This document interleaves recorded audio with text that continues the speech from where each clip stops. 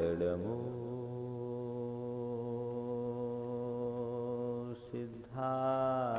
सिद्धारणम् एडमो आयरियाणम्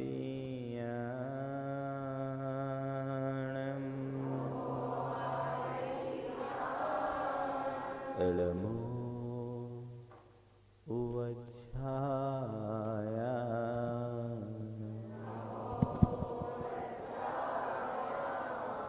एडमोलोये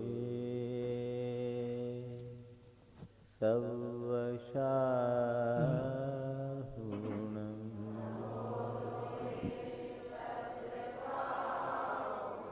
एसो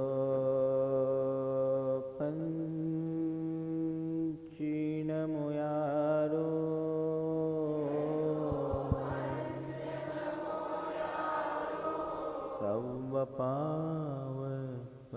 सर्वपावपनाशनो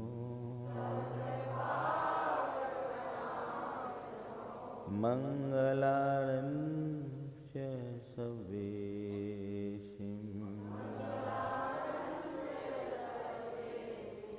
पढ़मं होई मंगलम। जय बोलो देवादिदेव एकहज़ार श्री भगवान महावीर स्वामी की, अहिंसा परमो धर्म की, परम पूज्य आचार्य गुरुवर श्री विद्यासागर जी महाराज की, परम पूज्य मुनि श्री 108 प्रमाण सागर जी महाराज की, परम पूज्य मुनि श्री 108 विनाट सागर जी महाराज की जय, समस्त मुनि संघ की जय। गृहस्थ जीवन को सदगृहस्थ बनाने वाले गुणों में आज एक अति महत्वपूर्ण गुण की चर्चा है, वह है लज्जा। लज्जा, शर्म, सेम। सामान्य रूप से लोग लज्जा को अच्छा नहीं मानते, लेकिन धर्मशास्त्र की दृष्टि से जब हम विचार करते हैं तो लज्जा मनुष्य के जीवन का एक बहुत उत्तम गुण के रूप में गिना गया है। ऐसा कहा जाता है कि जब तक मनुष्य के आंख में पानी है तब तक सब कुछ है, और जिसके आंख का पानी सूख गया उसका जीवन बेमानी है। आंख का पानी यानी आंख की शर्म, लिहाज, ये मनुष्य के जीवन में जब तक है तब तक उसके जीवन में सुधार की बहुत बड़ी संभावना है। और जिस मनुष्य के आंख का पानी सूख जाता है, अंदर का लाज, शर्म, संकोच नष्ट हो जाता है, उस व्यक्ति को भगवान भी नहीं सुधार सकते। इसलिए एक सम्यक दृष्टि धर्मात्मा के लिए कहा गया है कि लाज रखो, शर्म रखो। किन से शर्म करना है, लज्जा रखना है? किन से? बुरे कार्यों से, खोटी प्रवृत्तियों से। अगर तुम्हारे मन में ये लज्जा होगी तो तुम खोटे कार्य करने के लिए उत्साहित नहीं हो सकोगे।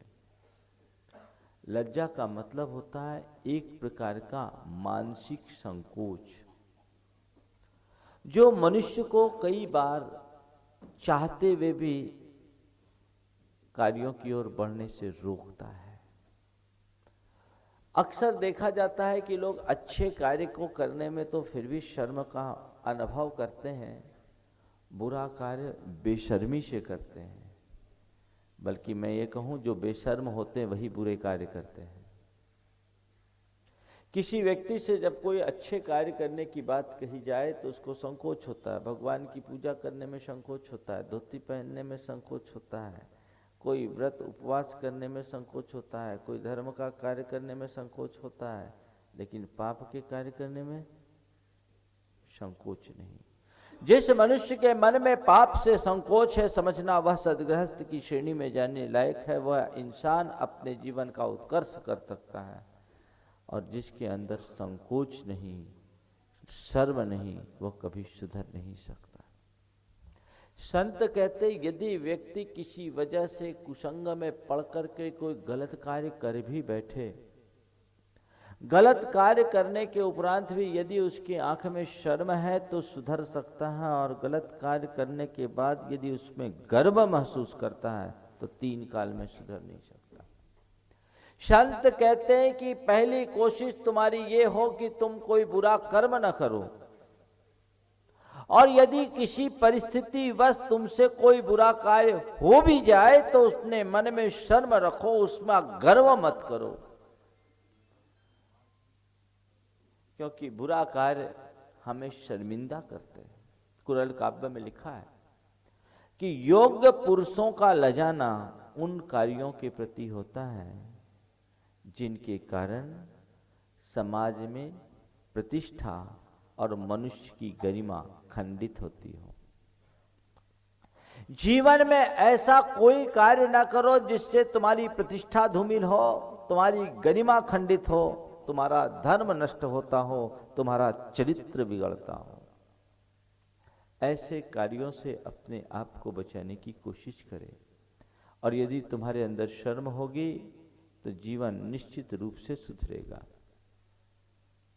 एक व्यक्ति, समाज के लब्ध प्रतिष्ठित व्यक्ति का इकलौता बेटा, 25 साल का जवान बेटा शराब पीने लगा,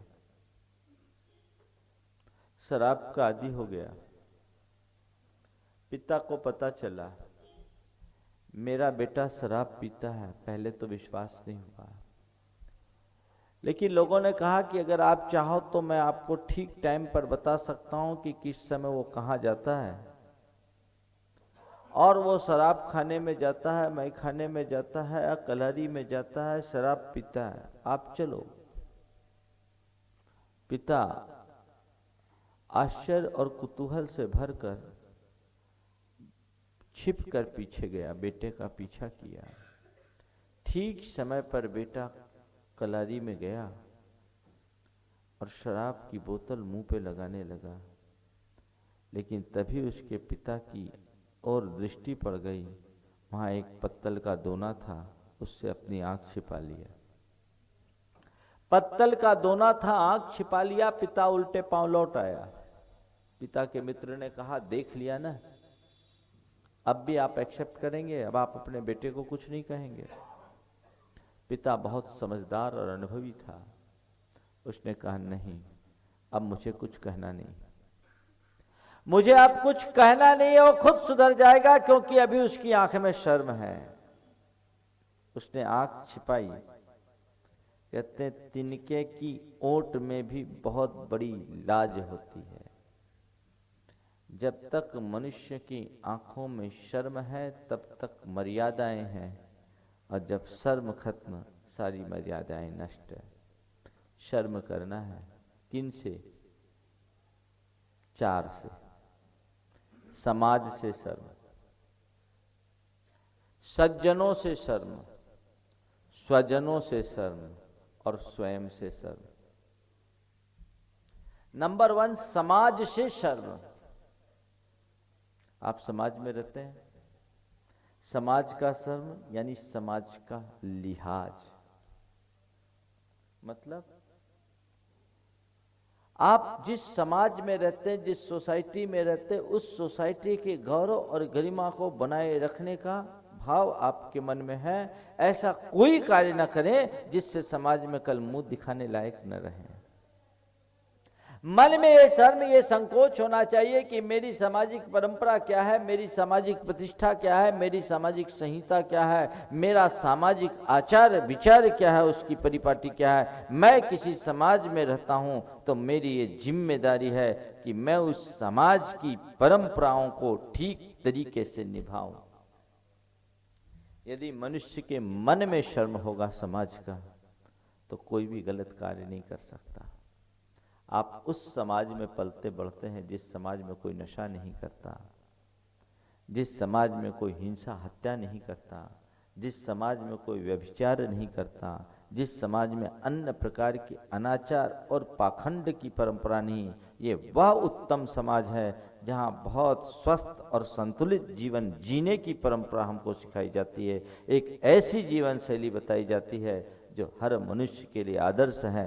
हम उस समाज में जी रहे हैं, तो मेरे द्वारा ऐसा कोई कार्य नहीं होना चाहिए जिससे कि मेरे पीछे लोग समाज को उंगली दिखाए।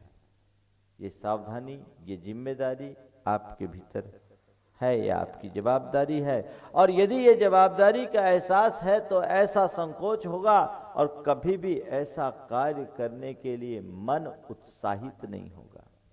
लेकिन आजकल पहले के लोग अपने समाज और सामाजिक परंपराओं के प्रति बहुत प्रतिबद्ध रहा करते थे।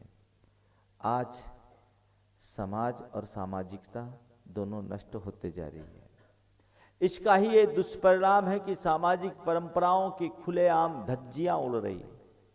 जो कार्य कभी हमारी समाज में नहीं होते थे वे कार्य भी अब खुलेआम होने लगे हैं। जिन कार्यों को करने में लोग लज्जा और संकोच महसूस करते थे, आज वही परंपरा बनती जा रही है। ये एक बहुत बड़े खतरे का संकेत है। जब तक इसके प्रति सावधानी और सजगता नहीं होगी, समाज उन्नति नहीं कर सकेगा, अपने गौरव को नहीं जगा सकेगा। समाज की जो भी परंपराएं हैं, उन परंपरा को निभाना प्रत्येक सामाजिक व्यक्ति की जवाबदेही है। आजकल होता क्या है कि जब कोई एक व्यक्ति गलती करता तो उसको गलती मानी जाती, लेकिन धीरे धीरे धीरे धीरे वही गलतियां जब बहुत सारे लोग करने लगते हैं तो लगभग वो स्वीकार्य हो जाने से परंपरा सी बन जाती है। पहले कोई जैन व्यक्ति रात में भोजन करता था तो बड़ा सकुचाता था, अपने मन को कोसता था कि मैं जैन होकर रात में खाता हूँ, मुझे खाना पड़ता है। और अब किसी से कहो कि भैया रात में खाते हो, बोले सब खाते हैं। ये जो परंपरा है। पहले कोई व्यक्ति मद्यपान करता तो खुद अपने आप में हीनता की अनुभूति करता था कि मैं ये गलत कर रहा हूं। आज किसी से पूछो, सब करते हैं गलत। कोई भी व्यसन, दुर्व्यसन, बुराई यदि तुम्हारे मन जीवन में है तो समाज का संकोच होगा, तुम बच जाओगे। और समाज का संकोच नहीं होगा, कभी नहीं बच पाओगे। सबसे बड़ी समस्या आज की यही है कि सामाजिक संकोच नष्ट हो रहा है और धीरे धीरे ये ही बातें परंपरा बनती जा रही है जो हमारी समाज में वर्जित थी। वर्ज्य वस्तुएं, वर्ज्य की कार्य यदि परंपरा बन जाए तो समाज का गौरव कभी प्रतिष्ठित नहीं हो सकता। कोई भी ऐसा कार्य मेरे को नहीं करना जिससे मेरी सामाजिक परंपराएं खंडित होती हो, बाधित होती हो। पहले लोग समाज की मर्यादाओं के पालन के लिए बहुत प्रतिबद्ध रहा करते थे और ऐसा कोई भी अकार्य नहीं होने देते थे। दृष्टि क्या थी? सेठ सुगंधदास जी का नाम आप लोगों ने सुना होगा, जिन्होंने हस्तिनापुर का मंदिर बनाया। उनके पिताजी थे राजा हरजस राय जी, जिन्हें धर्मपुरा दिल्ली का मंदिर बना करके उस मंदिर को पूरा पंचायती मंदिर बना दिया था, सीढ़ी और कलश नहीं बनाया था। सुगंधदास जी रोज मंदिर जाते हैं। सामाजिक परंपरा के प्रति लोगों की कितनी जागरूकता और समाज मर्यादा के प्रति कितनी तत्परता होती थी, आप इस उदाहरण से समझ सकेंगे। मंदिर में रहते थे और मंदिर के बाहर के एक हॉल जैसा स्थान था, वहाँ वो स्वाध्याय किया करते थे। नगर में एक नई बहू आई, शादी हुई, बड़े परिवार में नई बहू आई और वो मंदिर आती थी, कुछ ज्यादा सज धज कर आती थी। सेठ जी बड़े अनुभवी थे। उनको लगा कि मंदिर में इतना अधिक साज श्रृंगार करके यदि आने लगी तो दूसरे बहुएं भी इसका अनुकरण करने लगेगी और इस अनुकरण के परिणाम स्वरूप हमारी मर्यादाएं नष्ट हो सकती है। लेकिन पराई बहू को क्या कहे, कुछ नहीं कह सकते। घर आए, अपनी पत्नी से कहे कि कल तुम ठीक इतने बजे जितना सज धज कर मंदिर जा सको जाओ। अब क्या था, नगर सेठ की पत्नी और पति सज धज कर मंदिर जाने की बात कर रहा है, तो फिर क्या, 16 श्रृंगार करके वो मंदिर गई। सेठ जी वहीं अपने आसन पर बैठे थे। टाइम ऐसा एडजस्ट किया हुआ था कि एक साथ सेठानी और नई बहू दोनों के पैर मंदिर पे पड़े, और पांव पड़े ही कि सेठ जी ने कड़कते हुए कहा कि ये मंदिर है कि वेश्या का दरबार। सेठानी के तो मानो घड़ों पानी डाल दिया हो, उल्टे पांव लौट आई, बिफर पड़ी। सेठ जी मंदिर से घर लौटे, सबसे पहले अपनी पत्नी से क्षमा मांगे कि क्षमा करना। सेठानी गुस्से में थी, बोली ये क्षमा करने का नाटक कौन सा, आपने मुझे अपमानित करने के लिए कहा था, मैंने अपने मन से इतना सब कुछ पहना क्या, आपने कहा था इसलिए मैंने पहना। सेठ जी ने कहा मैं मानता हूं तेरा मन बहुत दुखी हुआ, आहत हुआ, मेरे शब्दों से तुझे आघात पहुंचा, तू मुझे क्षमा कर, पर मैं क्या करूं, मेरे पास इसके अलावा और कोई उपाय नहीं था। बोले क्या उपाय, बोले क्या करूं, मैं देख रहा था पिछले कुछ दिनों से ये नई बहू बहुत सज धज कर आ रही थी, और मैंने सोचा कि यदि ये आएगी तो सब आने लगेगी, मंदिर की व्यवस्था बिगड़ जाएगी, यहाँ की पवित्रता नष्ट हो जाएगी, पर उससे कुछ कह नहीं सकता।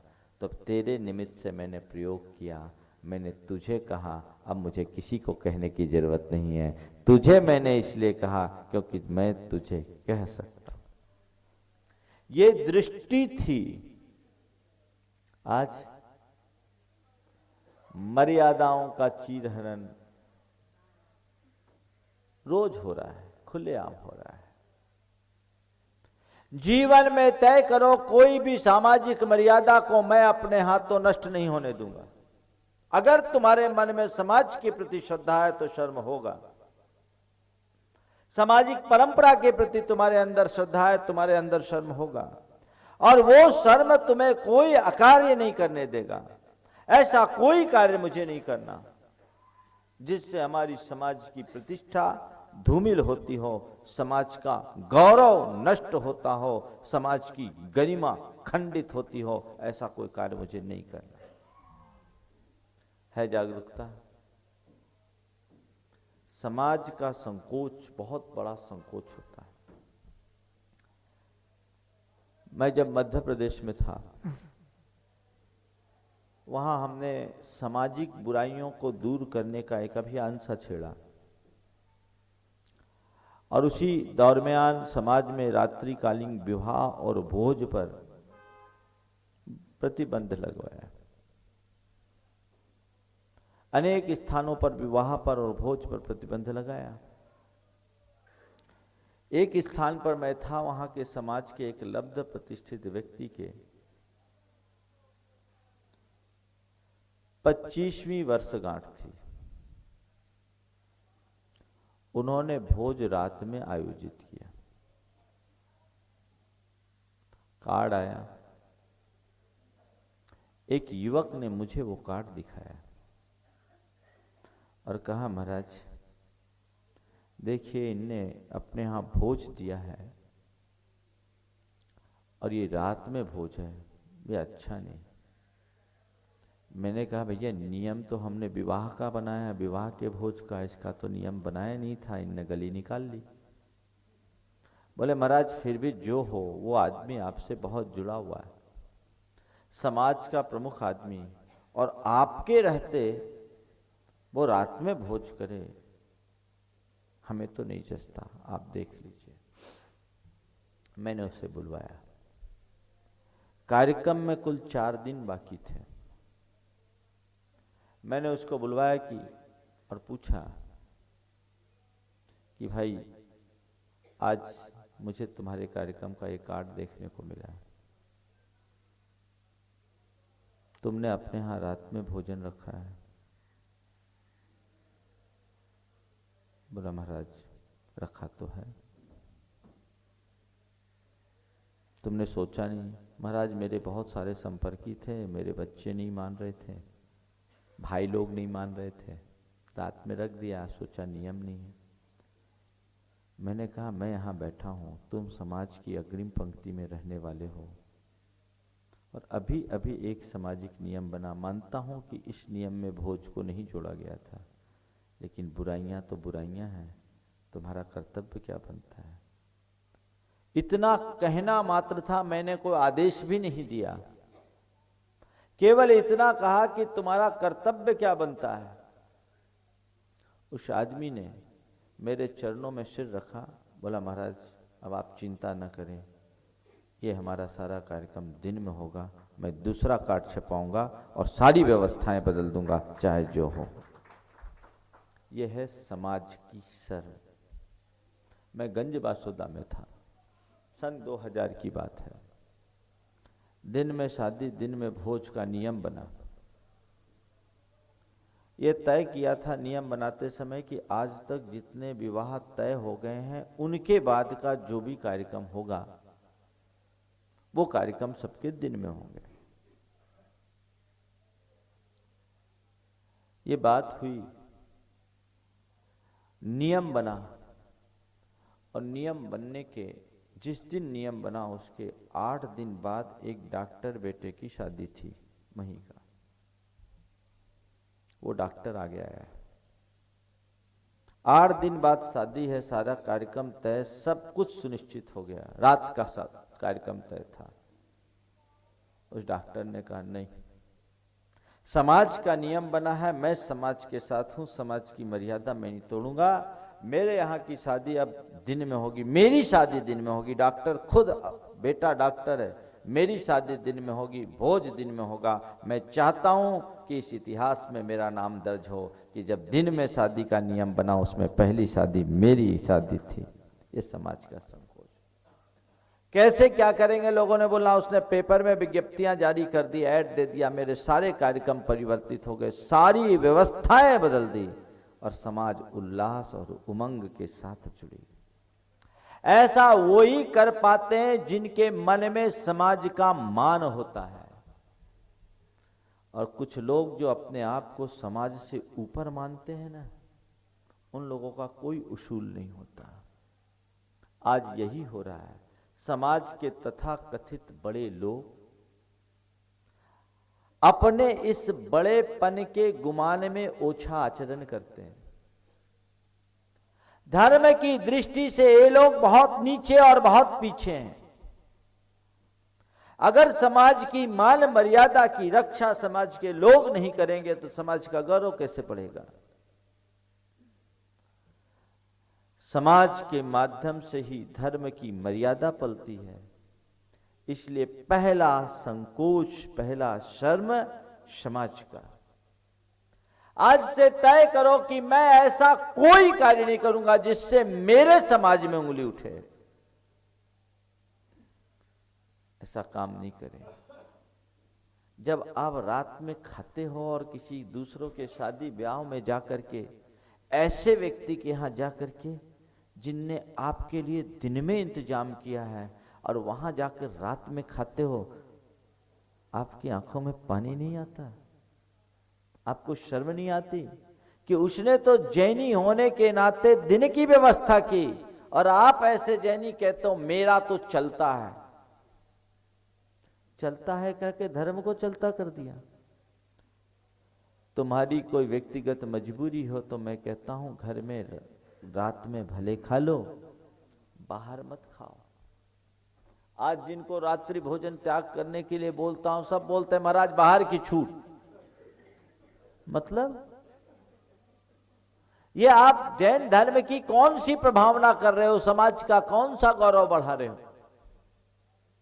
विचारनी है कि नहीं? मुझे मेरी आइडेंटिटी को नष्ट नहीं करना है। एक जैन की पहचान, जैन समाज की पहचान इस बात से थी कि जैनी लोग शुद्ध, सात्विक और सदाचारी होते हैं।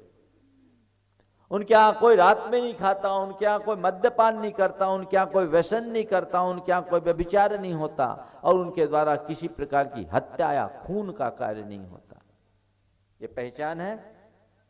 और यदि समाज के लोग यही कार्य करने लगेंगे तो आपकी पहचान खंडित होगी, आपकी गुडविल खराब होगी, होगी कि नहीं होगी? होगी। तुम्हारी फर्म है, उस फर्म की गुडविल को आप मेंटेन करना चाहते हो कि नहीं चाहते हो? चाहते हो। और गुडविल अगर खराब होने लगे तो क्या होता है?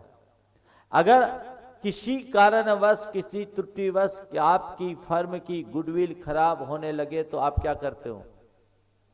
महाराज नींद उड़ जाती, उड़ती है। किसी हालत में आप गुडविल को खराब नहीं होने देते, चाहे उसके लिए कोई कीमत हो। ये गुडविल मुझे बना कर रखनी है। मैं आपसे कहते हूँ, तुम्हारी कोई भी फर्म 150 साल से ज़्यादा पुरानी नहीं होगी, उसकी गुडविल की तुम्हें चिंता है। भगवान महावीर की 2600 साल पुरानी फर्म है, उसकी गुडविल की तुम्हें चिंता क्यों नहीं? ये विचार करने की जरूरत है। उस गुडविल को कौन सुधारेगा? तुम अपने पूर्वजों का, अपने बाप दादा के साख का ख्याल रख करके ऐसा कोई आचरण नहीं करते जिससे तुम्हारे फर्म की गुडविल खराब हो। तो भगवान महावीर की तुम संतान हो, कम से कम उनकी गुडविल का तो ख्याल रखो कि ये भगवान महावीर के अनुयायी हैं, इनके जीवन में उच्च आदर्श होते हैं, ये कोई गलत कार्य नहीं कर सकते है। शादी विवाह हो, धार्मिक कार्यक्रम हो, अन्य कोई कार्य हो, ऐसा कोई कार्य मत करो जिससे समाज की मर्यादाएं नष्ट होती हो। नंबर 1। नंबर 2, सज्जनों का शर्म, सदगुरु का शर्म, सज्जन का शर्म। ऐसे व्यक्ति जिनके प्रति आपकी श्रद्धा है, और आप कोई कार्य करें तो सोचो, यदि गुरु को पता लग जाएगा तो क्या होगा? आपको जो करना है करो, आपको छूट है। बस केवल इतना कहना चाहता हूं कि जो आप कार्य करते हो और उस कार्य की जानकारी आपके गुरु को मिले तो आपकी आंखें नीचे ना हो, आप वैसा काम कर दो। वो गलत कार्य हो ही नहीं सकता। यदि गुरु के प्रति श्रद्धा और गुरु को तुम्हारी बात मालूम पड़े और ऐसी कोई बात मालूम पड़े कि तुम्हारी आंखें नम हो जाए तो निश्चित तुम गलत कर रहे हो।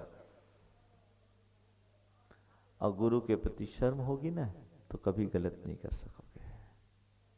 मुझे ये कार्य नहीं करना, मैं उन गुरु का अनुयायी हूं, मुझे शराब नहीं पीना, मुझे अन्य प्रकार का नशा नहीं करना, मुझे व्यभिचार नहीं करना, मुझे परिस्त्री सेवन नहीं करना, मुझे अन्य कोई अनाचार नहीं करना, क्योंकि मैं उन गुरु का अनुयायी हूं, मैं उनके समागम में बैठता हूं, मैं सत्पुरुषों के साथ रहता हूं, मुझे ऐसा कोई कार्य नहीं करना।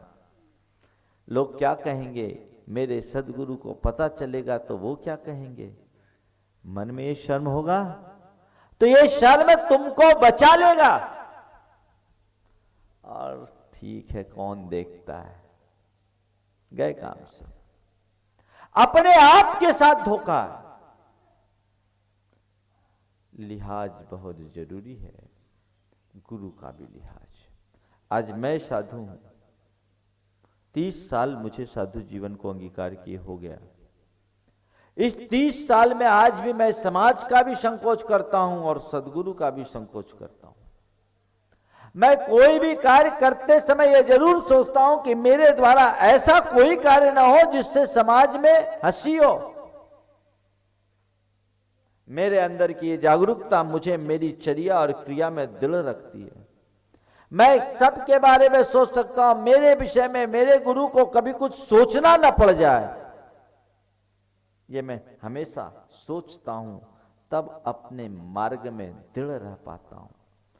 तो समाज का संकोच, समाज की शर्म, और दूसरे नंबर पर सज्जन या सदगुरु की शर्म। हमें ऐसा कोई कार्य नहीं करना जिनको अगर गुरु को पता लग जाए तो जवाब देने में मुझे सोचना पड़ जाए, मुझे मुंह नीचा करना पड़े। संत कहते सदैव ऐसा कार्य करो जिससे तुम्हारा मस्तक गर्व से ऊंचा हो, ऐसा कोई कार्य ना करो जिसके कारण तुम्हें अपना सिर झुकाना पड़े। ऐसा कार्य करो ही नहीं। यदि तुम्हारे मन में शर्म हो और संकोच होगा तो तुम ऐसा कोई कार्य 3 काल में नहीं कर सकते, और नहीं होगा तो फिर कोई उपाय ही नहीं। विचार करना चाहिए, हमें ऐसा कोई कार्य नहीं करना। देखो गुरु का संकोच कैसा अंतर लाता है।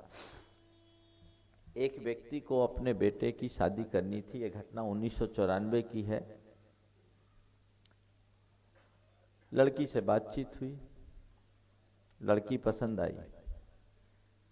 लड़के वाले के मन में लालच था, वो अतिरिक्त दहेज चाहते थे, अच्छा पैसा चाहते थे कि पैसा हमको मिले।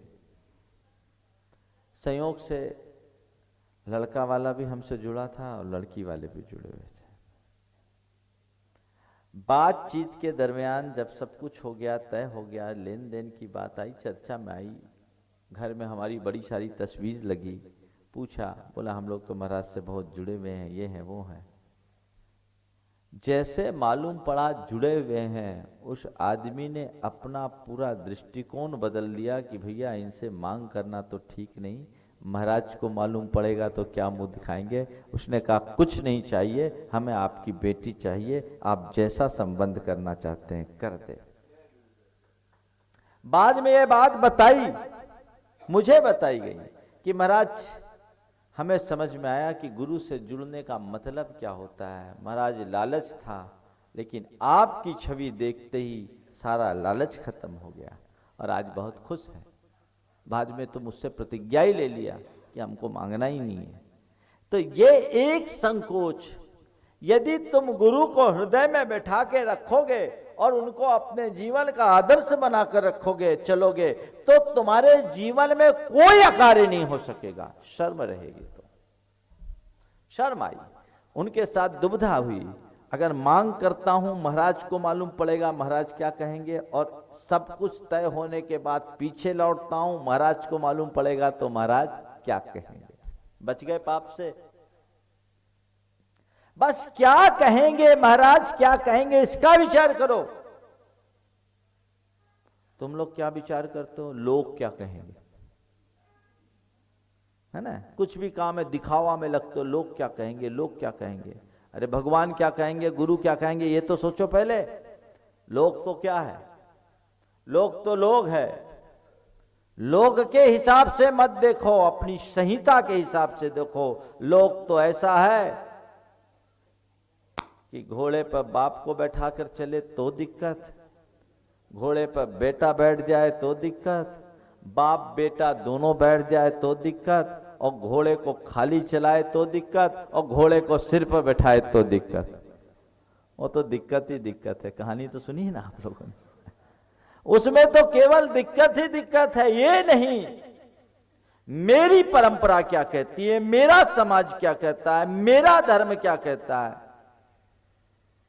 मैं स्वधर्म से विमुख नहीं होऊंगा, मैं समाज से विमुख नहीं होऊंगा, मैं स्वगुरु से विमुख नहीं होऊंगा। ये अगर आपके अंदर दृढ़ता आ जाएगी, जीवन कभी नहीं बिगड़ सकता। आधुनिकता के इस दौर में सबसे ज्यादा यदि नुकसान हो रहा है तो है मनुष्य की अंदर की लज्जा का, उसकी शर्म का। आंख का पानी दिनों दिन सूखता जा रहा है, इसलिए सारी विप्लव शुरू होते जा रहे हैं। नंबर 3, स्वजनों का शर्म। समाज हो गया, सज्जन सद्गुरु हो गए, अब स्वजन। मेरी फैमिली को इसका पता चलेगा तो क्या होगा, मेरे पिताजी को अगर ये मालूम पड़ गया तो क्या होगा, वो बर्दाश्त नहीं कर पाएंगे। मेरी पत्नी को इसके बारे में पता लग गया तो क्या होगा, मेरे बच्चों को इसका पता चल गया तो क्या होगा।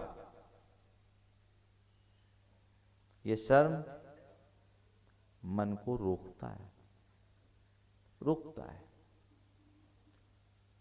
ये शर्म मन को रोकता है कि यदि ऐसा मैं करता हूं और लोगों को पता चल गया तो क्या होगा, मैं किस मुंह से बात करूंगा। एक युवक शराब पीता था, छिप करके पिया करता था। उसके बड़े भाई को पता चला। दोनों भाइयों में बड़ा प्रेम था। बड़ा भाई बड़ा धार्मिक प्रकृति का था। छोटे भाई के संस्कार तो अच्छे थे, लेकिन कुसंगति के कारण भटक गया था, शराब पीने लगा। बड़े भाई को मालूम पड़ा कि मेरा छोटा भाई शराब पीता है।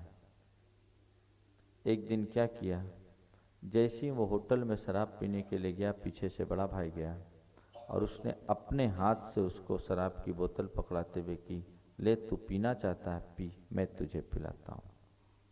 भाई को देखा तो उसकी आंखें फटी रह गई। ये क्या, जिस भाई को मैं देवता की तरफ मानता हूं, वो भाई को पता लग गया कि मैं शराब पीता हूं और वो मुझे बोतल पकड़ा रहा है। बोतल छोड़ दी, भैया के चरणों में गिर गया, भैया माफ करो, आज के बाद मैं कभी शराब नहीं पी सकता हूं। यह था भाई का शर्म। आज के बाद अब मैं शराब को हाथ नहीं लगाऊंगा। शर्म थी तो सुधर गया, और शर्म नहीं होती तो नहीं सुधर सकता। स्वजनों का शर्म बहुत बड़ा शर्म है। कल तुम कुछ काम करते हो, गलत काम करते हो, कल तुम्हारे घर में बेटे हैं, बेटियां हैं, भाई है, बहन है, पत्नी है, पिता है, उनको यदि शर्मिंदगी झेलनी पड़े तो क्या होगा? नहीं, मुझे ऐसा कार्य नहीं करना। कि उनको सोचना पड़े, उनको मजबूर होना पड़े, उनको नीचे देखना पड़े, ऐसा कार्य नहीं कर सकता। सज्जनों का शर्म होगा तब ना। मेरे घर कर, मेरे घर वालों पर कोई उंगली न उठाए, ये तुम्हारे अंदर शर्म कब होगा? जब अपने खानदान का तुम्हें गर्व होगा, गौरव होगा, अपने स्वजनों का गर्व होगा, तभी तुम्हें शर्म होगा। नहीं तो क्या है, जिस व्यक्ति को अपनी गरिमा का भान नहीं होता, वो कभी उसे संभाल नहीं सकता। ऐसा कार्य मुझे नहीं करना। एक व्यक्ति चेन स्मोकर था और उसने एक झटके में सिगरेट छोड़ दी। पूछा क्या हुआ, अचानक कैसे छोड़ दिया? एक दो बार मैंने भी बोला था तो छोड़ नहीं पाया था। एडिक्शन बहुत खराब होती, छोड़ नहीं पाया, एकदम अचानक छोड़ दिया। मैंने पूछा क्या हुआ? बोला महाराज जी एक दिन बड़ा विचित्र हो गया। क्या हो गया? बोला कि मैंने सिगरेट पिया और सिगरेट की अद्धी मैंने फेंकी। 2.5 साल की मेरी बच्ची उसे उठा के मुंह से लगा ली, मुझे घोर ग्लानि हुई और मैंने छोड़ दिया। सिगरेट की अद्धी फेंकी और 2.5 साल की बेटी ने सोचा कि ये कोई मजे की चीज है, पापा लेते मैं भी ले सकता हूं। उसने उठा करके मुंह में लगाया, मुझे घोर आत्मग्लानि हुई, मैंने छोड़ दिया। अब मैं नहीं ले सकता। स्वजनों का शर्म बहुत बड़ी ताकत है। वो शर्म तुम्हारे अंदर हो तो बहुत सारे कार्य अच्छे हो सकते हैं, व्यक्ति बिगड़ने से बच सकता है। इसलिए अपने और अपनों का की शर्म करो। मुझे ऐसा कोई कार्य नहीं करना। अगर किसी के अंदर अपने परिवार के प्रति लगाव होगा, स्वजनों का शर्म होगा, तो कभी वो व्यभिचार नहीं कर सकता, कभी कोई बड़ा अपराध नहीं कर सकता, कभी अन्य प्रकार का कोई अनाचार नहीं करता। ये तभी होते हैं जब व्यक्ति अपने सारे शर्म, संकोच और लिहाज को त्याग देते हैं। स्वजनों का संकोच हो तो घर परिवार की मर्यादाएं भी बनी रहती है। आज परिवार में अनेक लोग हैं, बड़े बूढ़ों का लिहाज होना चाहिए। जिस घर में बड़े बूढ़ों का लिहाज होता है उस घर में हमेशा प्रेम और शांति का सद्भाव बना रहता है। जब बड़े बूढ़ों का लिहाज खत्म हो जाए तो मामला गड़बड़ हो जाता है। बड़े बूढ़ों का लिहाज करने का मतलब ये नहीं कि लंबा घूंघट टान करके बैठ जाना लिहाज। हाँ? हमने कई जगह देहातों में देखा कि एक हाथ का घूंघट तानती है और बहू सास से लड़ती है, ससुर से झगड़ती है। इसका मतलब क्या है? घूंघट तानने का नाम लिहाज नहीं, आंख के लिहाज का नाम लिहाज, रिस्पेक्ट, बहुमान। उनकी बात की अवज्ञा नहीं करेंगे, अवहेलना नहीं करेंगे, उनकी इज्जत और मर्यादा को खंडित नहीं करेंगे। बहुमान रखिए। और बहुमान रखे भी कैसे? आज के बड़े बूढ़े खुद अपने हाथों अपने बहुमान को खंडित करते हैं। घर में जब से टीवी है ना, टीवी, एक टीवी में सास भी बैठे, ससुर भी बैठे, बेटा भी बैठा, बहू भी बैठी, पोता भी बैठा और पोती भी बैठी, और सब एक साथ देख रहे हैं, कहकही लगा रहे हैं, हंसी ठिठौली कर रहे हैं। मर्यादाएं बचेगी? मर्यादाएं बचेगी?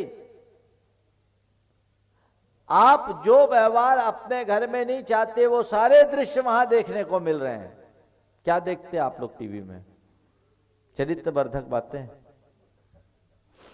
क्या होती? क्या देखते हैं?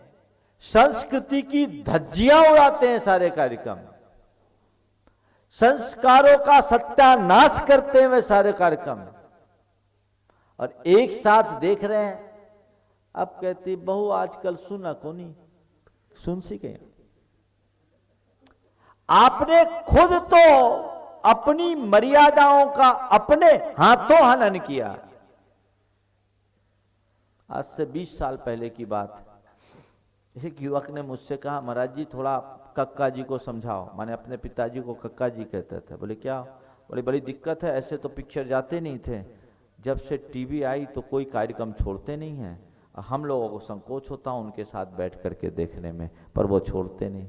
अब ये हाल है, मर्यादाएं कैसे बनेगी? अपनी मर्यादा को खुद बनाओ। पहले बड़े बूढ़े अगर कहीं आना जाना होता था तो आहट करके आते थे, ताकि घर की बहू बेटी अपने आप में सावधान हो जाए। और अब कोई दिक्कत नहीं है, सब चलता है, तो सारी व्यवस्थाएं बिगड़ जाती है। छोटों का बहुमान करना पर ज्यादा मुंह लगाना बहुत खतरनाक होता है, मर्यादाएं टूट जाती हैं। बहुमान और वात्सल्य होना चाहिए, मुंह नहीं लगाना चाहिए।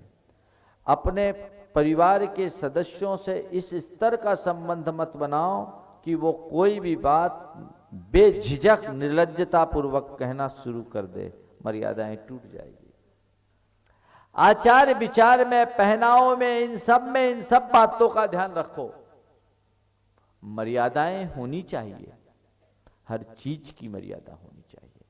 आजकल यह मर्यादाएं टूट रही है। दुष्यंत कुमार ने बहुत सार्थक पंक्ति लिखी कि जिस्म परवाहों में छिप जाते थे पहरावों में, जिस्म परवाहों में छिप जाते थे पहरावों में, जिस्म नंगे नजर आने लगी, ये तो हद है। आजकल क्या हो रहा है? सारा स्टाइल बदलता जा रहा है। अरे ब्रांडेड कपड़े पहनने लेने मात्र से कोई मॉडर्न तो नहीं होने वाला। मॉडर्न तो मनुष्य अपनी सोच से होता है। सोच अच्छी रखो। और आजकल गड़बड़ हो रहा है, लड़कों के कपड़े तो लंबे होते जा रहे हैं, लड़कियों के कपड़े छोटे होते जाते हैं। क्या है आखिर उद्देश्य? क्या है? मर्यादाएं बना के रखनी चाहिए।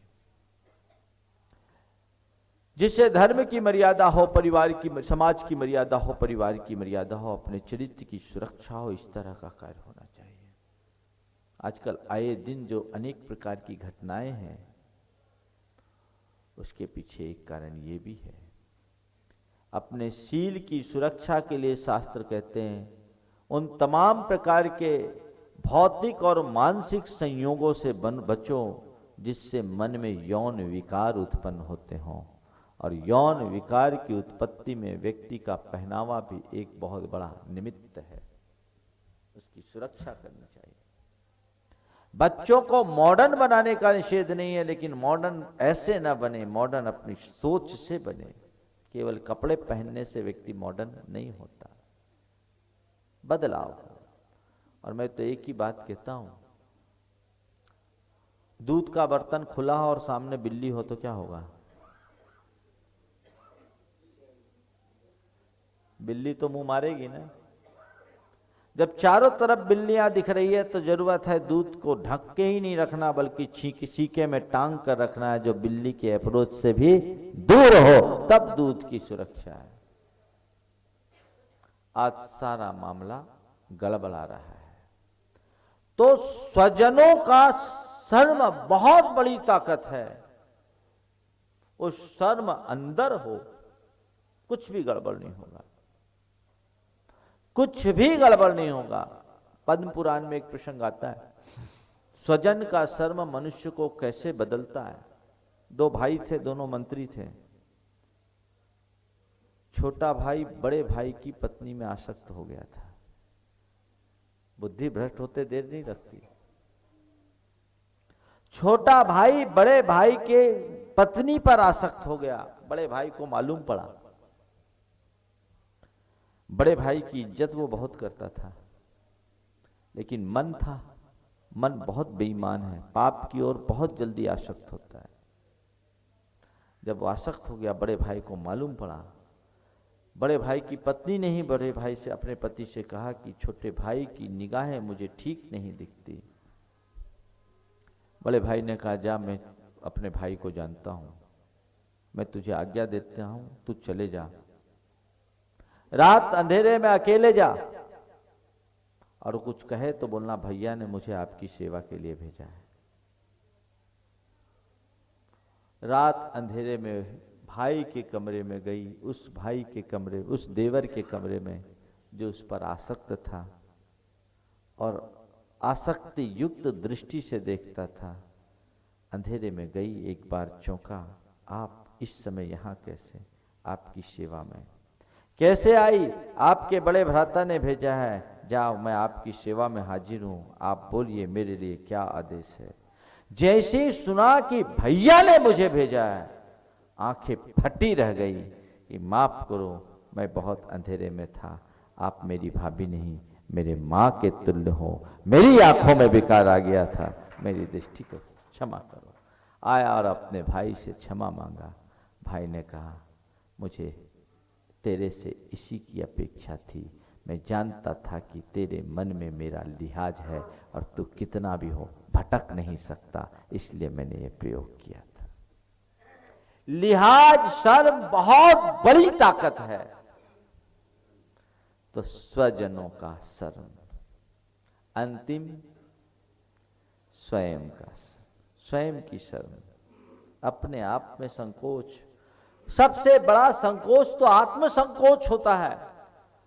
दूसरों के प्रभाव में आकर व्यक्ति में जो सुधार होता है वो तो दूसरे दर्जे का होता है।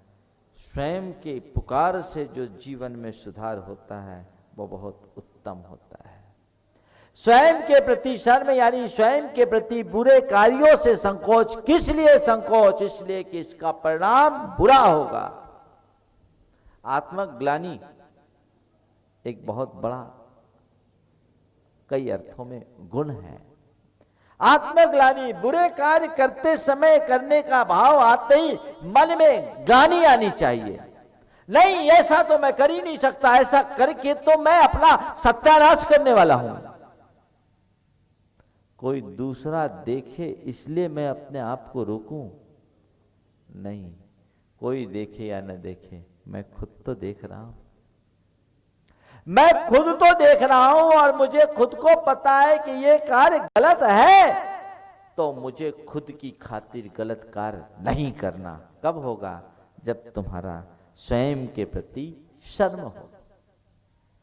स्वयं से शर्म, स्वयं के प्रति शर्म, ये शर्म बहुत बड़ी जरूरत है। यदि ऐसी शर्म मनुष्य के मन में होते हैं तभी वो धर्म प्राप्त कर सकता है, धर्म को धार सकता है। आज ये सब चीजें खत्म होते जा रही है। आदमी को न अपना भय है, न परिवार का भय है, न गुरु का भय है, न समाज का भय है।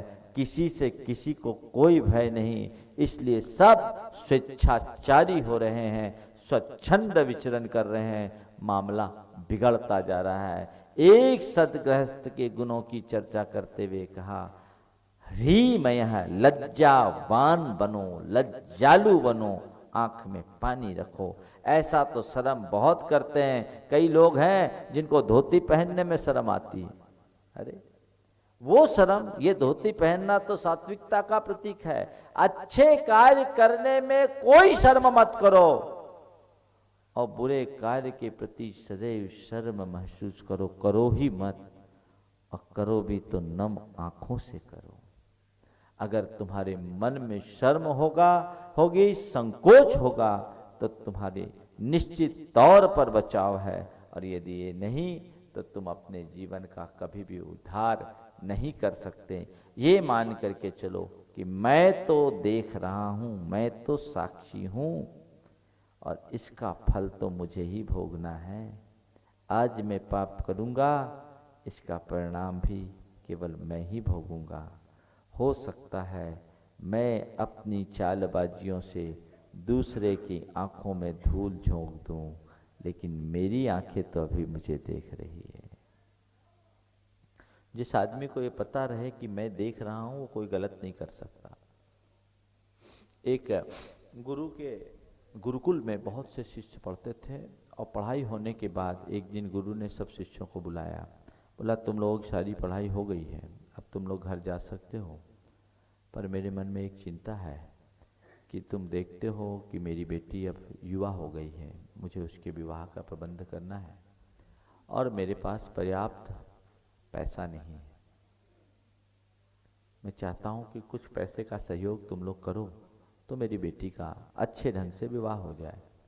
शिष्यों ने कहा, गुरुदेव आप आदेश करें। बोले, मैं एक से नहीं लूंगा, तुम सबसे लूंगा, और तुम जितने हो सब अपने घर से कुछ न कुछ लेकर आना, लेकिन एक बात ध्यान रखना, मेरी प्रतिष्ठा को देखते हुए तुम किसी भी चीज को लाओ तो ऐसे लाना कि कोई देख न ले, कोई देख ले ऐसा द्रव्य मत लाना। अगले दिन शिष्यों ने अपार धन राशि गुरु के चरणों में रख दी। गुरु ने पूछा, तुम लोग लाए? बोले, हाँ, जैसा मैंने बोला वैसे लाए। बोले, कोई नहीं देखा? बोले, किसी ने नहीं देखा, किसी ने नहीं देखा, किसी ने नहीं देखा।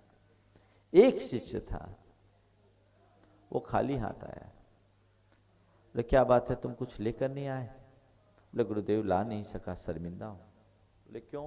तुम्हारे घर में कुछ व्यवस्था नहीं थी? व्यवस्था तो थी, फिर क्यों नहीं लाए? आपके वचनों को निभाने की अनुकूलता नहीं थी, आपके वचन नहीं निभा पा रहा था, इसलिए नहीं ला पाया। बोले, क्या? बोले, गुरुदेव आपने कहा था कि कोई भी चीज ऐसे लाना कि कोई देख ना पाए। तो गुरु ने पूछा, क्या तुम्हें एकांत नहीं मिला? बोले, गुरुदेव मैंने बहुत कोशिश की पर नहीं मिला। बोले, कहीं भी तुम्हें ऐसा मौका नहीं मिला कि कोई दूसरा ना हो? बोले, गुरुदेव मैंने कई बार चीज़ों को उठाया, देखा कोई नहीं है, कोई देख तो नहीं रहा है। मैंने चारों ओर देखा, कोई देख तो नहीं रहा है। तभी मेरे अंदर से आवाज़ आई, कोई और नहीं देख रहा है तो क्या हुआ, मैं तो देख रहा हूँ गुरुदेव। मैंने चीज़ें उठाई और छोड़ दी क्योंकि मैं देख रहा था। गुरु ने शिष्य को अपने गले से लगा लिया और बाकी शिष्यों से कहा, अपना अपना धन ले जाओ, अब इसकी केवल शिक्षा पूरी हुई है, तुम लोगों की शिक्षा तो अभी और बाकी है, क्योंकि ये केवल परीक्षा थी। मैं तो देख रहा हूं, ये विचार और पुकार तुम्हारे मन में हो, कोई गलत कार्य नहीं हो सकता। स्वयं से शर्म, बस ये चार बातें ध्यान रखना है। समाज से शर्म, सदगुरु या सज्जन से शर्म, स्वजनों से शर्म और स्वयं से शर्म, तभी निभेगा हमारा धर्म। बोलिए परम पूज्य आचार्य गुरुवर श्री विद्यासागर जी महाराज।